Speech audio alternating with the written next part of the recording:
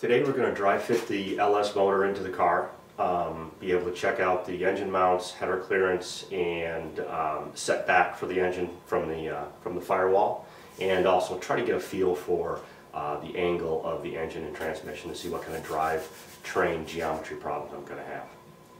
So let's get started. Motor mount swap plates look like this. The old mount bolts to it here, essentially, to go to the frame of the car, and then these slide back and forth to adjust for setback, so we can get it set up right.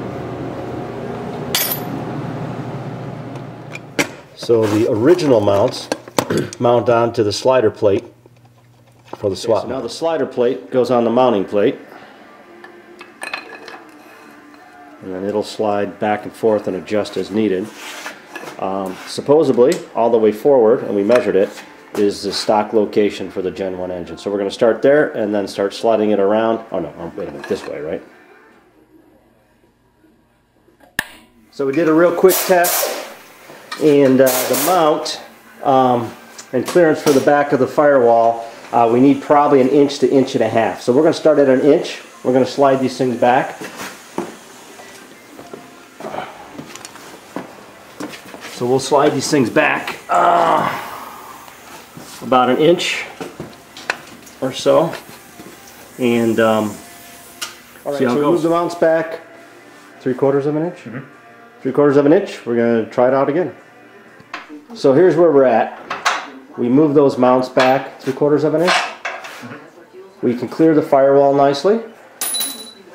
Plenty of clearance, but the pan is hitting the cross member underneath the engine, and we can only get one pin in. The other one's about a 1/2 inch away from the hole. So we're going to try sliding these things back further because the pan tapers in the front, and see if that'll work. Alright, so here's where we're at. We put spacers in by the engine mounts, all those washers, to see if we could boost the engine up enough to fit in. We got both of the motor mount pins in, but the pan is hitting the cross member still.